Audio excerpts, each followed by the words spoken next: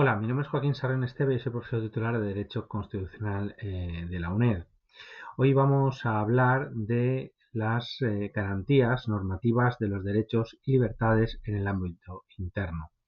Si tenemos en cuenta que las garantías de los derechos y libertades pueden ser clasificadas fundamentalmente en garantías normativas, como aquellas garantías de carácter preventivo que tutelan, con carácter general, los derechos y libertades, frente a las garantías jurisdiccionales, que son aquellas que se ejercen para tutelar los derechos y libertades una vez estos se han violado, o las garantías institucionales, que son aquellas que se establecen a través de instituciones para tutelar, tanto con carácter preventivo como posteriormente los derechos y libertades. Las garantías normativas son aquellas, en particular, que se ubican, que se encuentran, que se regulan en las normas. Y como hemos dicho, son garantías que sirven para proteger a los derechos y libertades con un carácter preventivo. Es verdad que se pueden referir a todos los derechos y libertades o a unos derechos y libertades en concreto, ¿no? Pero quizá el rasgo más significativo de las mismas es que se encuentran, las podemos encontrar en las propias disposiciones, es decir, que se integran en el decurso del propio derecho.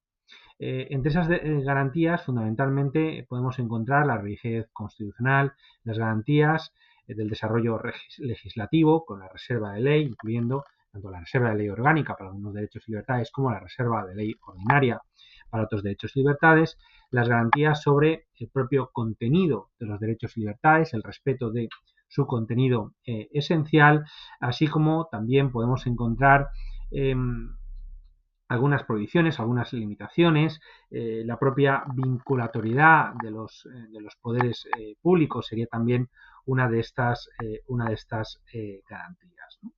Vamos a comenzar a hacer referencia a las más relevantes y en primer lugar corresponde hablar de la garantía normativa de la vinculatoriedad de los poderes públicos y la eficacia de esta vinculatoriedad, la vinculatoriedad de los derechos y libertades a los poderes públicos. Bien, es evidente que los derechos y libertades vinculan no solamente a los poderes públicos, sino también a las personas, a los ciudadanos.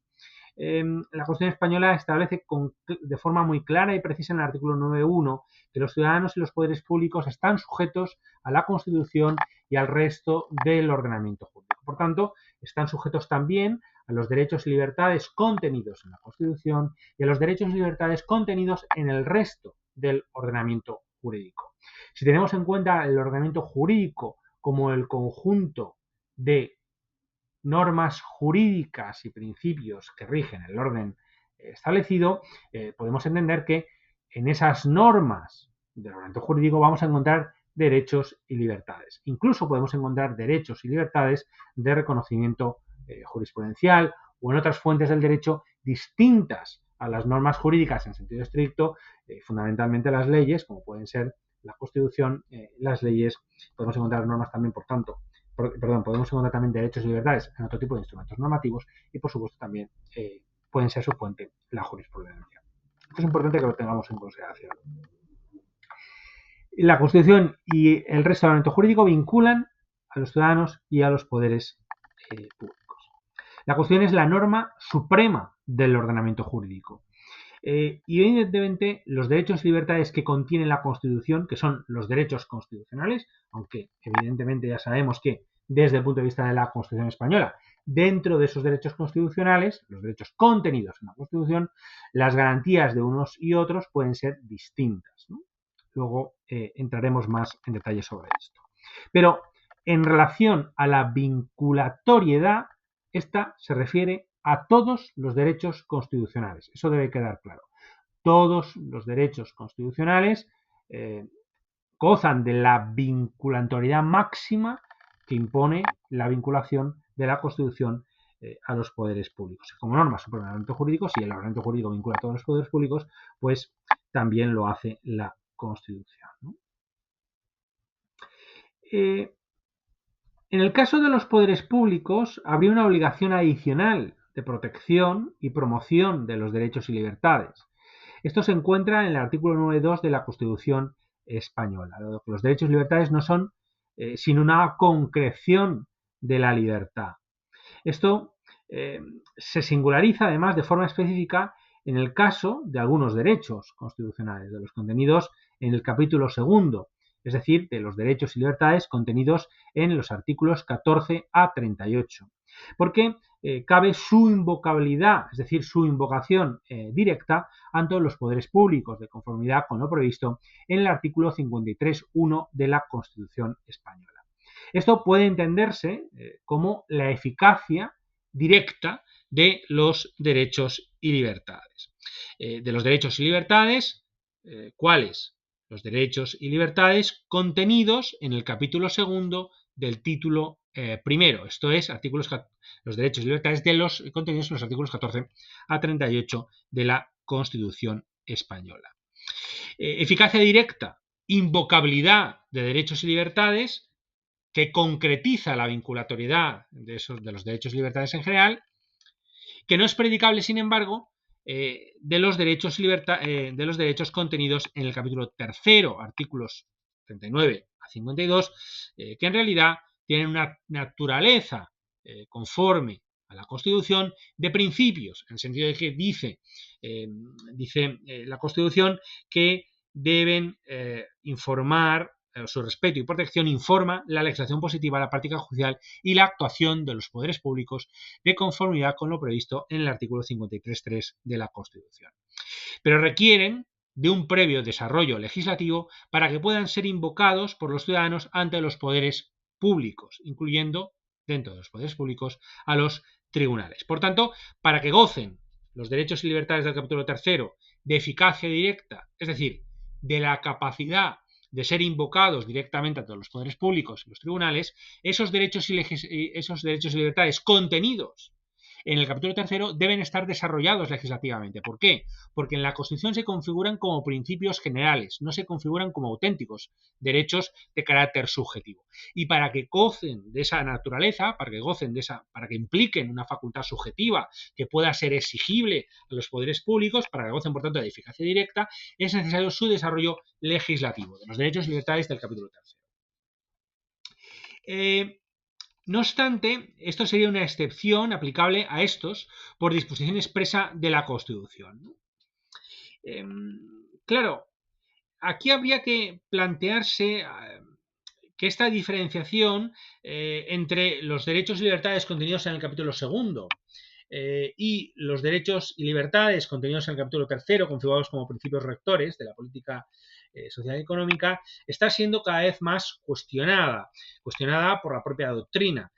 Por un lado, porque son derechos esenciales para el desarrollo de la personalidad, y por otro lado porque también es verdad que, teniendo en cuenta que nuestros derechos y libertades tienen que ser interpretados de conformidad con el artículo 10.2 con los tratados internacionales sobre derechos humanos ratificados por España, y que hay tratados internacionales ratificados por España que contienen estos derechos.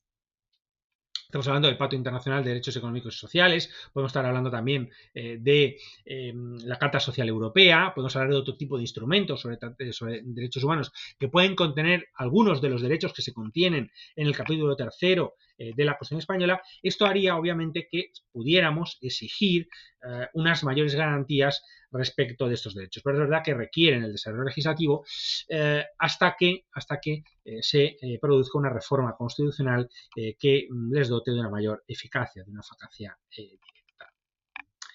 El artículo 53 es verdad que no establece un régimen uniforme para todos los derechos y libertades del título primero, ¿no? Ya hemos visto que hay dos grandes grupos en relación a la eficacia directa, es decir, que la vinculatoriedad de los poderes públicos se deduce de todos los derechos y libertades contenidos en la Constitución, no solamente los contenidos en el título primero, pero que dentro del título primero, pues esa vinculatoriedad se concreta en el capítulo segundo respecto a que son exigibles directamente o invocables directamente, y los del capítulo tercero pues solamente tienen una eficacia no directa, porque solamente a la medida en que hayan sido regulados o desarrollados por una ley que los haya configurado como todas las facultades subjetivas, ¿no?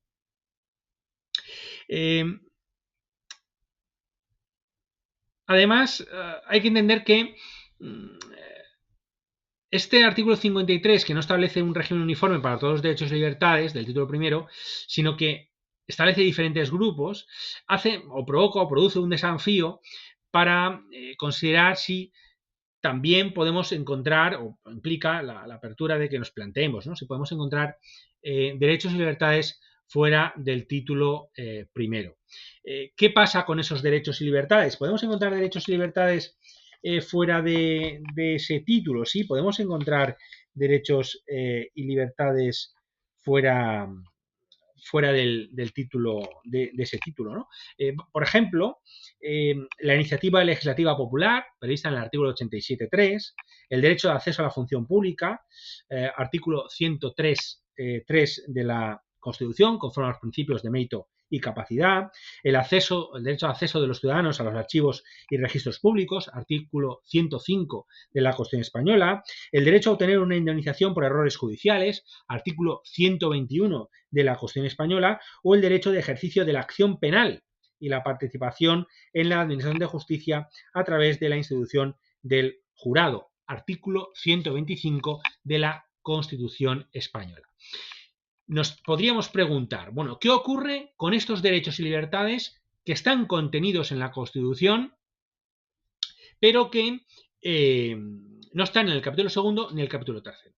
Obviamente, como el artículo 9 de la Constitución española establece que la Constitución y el resto del ordenamiento jurídico vincula a todos los poderes públicos, deberíamos deducir que el carácter de vinculatoriedad, la obligación de respetar el ejercicio de estos derechos, tanto los contenidos en la Constitución, por tanto, los contenidos, por supuesto, en el título primero, capítulo segundo y tercero, pero también los contenidos fuera del título primero, como estos que acabamos de relatar, y aquellos otros que se puedan reconocer en los estatutos de autonomía, por ejemplo, o en otras leyes, o también aquellos de reconocimiento jurisprudencial, serían o vincularían también a los poderes públicos y a las ciudadanos. Lo que pasa es que en el caso de los poderes públicos les vincularían en el ámbito de actuación del reconocimiento, ¿no? En el caso de los estatutos de autonomía, vincularían en el ámbito de sus competencias a las comunidades autónomas donde se han reconocido esos derechos y libertades. Habría que, por tanto, tener en consideración eso, es decir, que caben matices. Mientras que, en el caso de los derechos y libertades que sí se han reconocido en la Constitución, aunque estén fuera del título primero, sí gozarían de esa vinculatoriedad general de la Constitución como norma suprema del ordenamiento jurídico. Por tanto, habrá que entender que vinculan a los poderes públicos, artículo 9.1 de la Constitución española. Ahora bien, ¿son invocables? Claro, la Constitución establece esa invocabilidad directa respecto de los derechos y libertades contenidos en el capítulo segundo, pero en cambio no lo establece respecto a los derechos y libertades del capítulo tercero.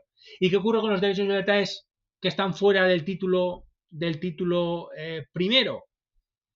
Pues en la medida en que no se excluye su invocabilidad directa, pues habrá que analizar cómo se han reconocido esos derechos, porque si son derechos subjetivos y se han reconocido como tal en la propia Constitución, como estos que acabamos de relatar, podrán ser invocables ante los poderes públicos.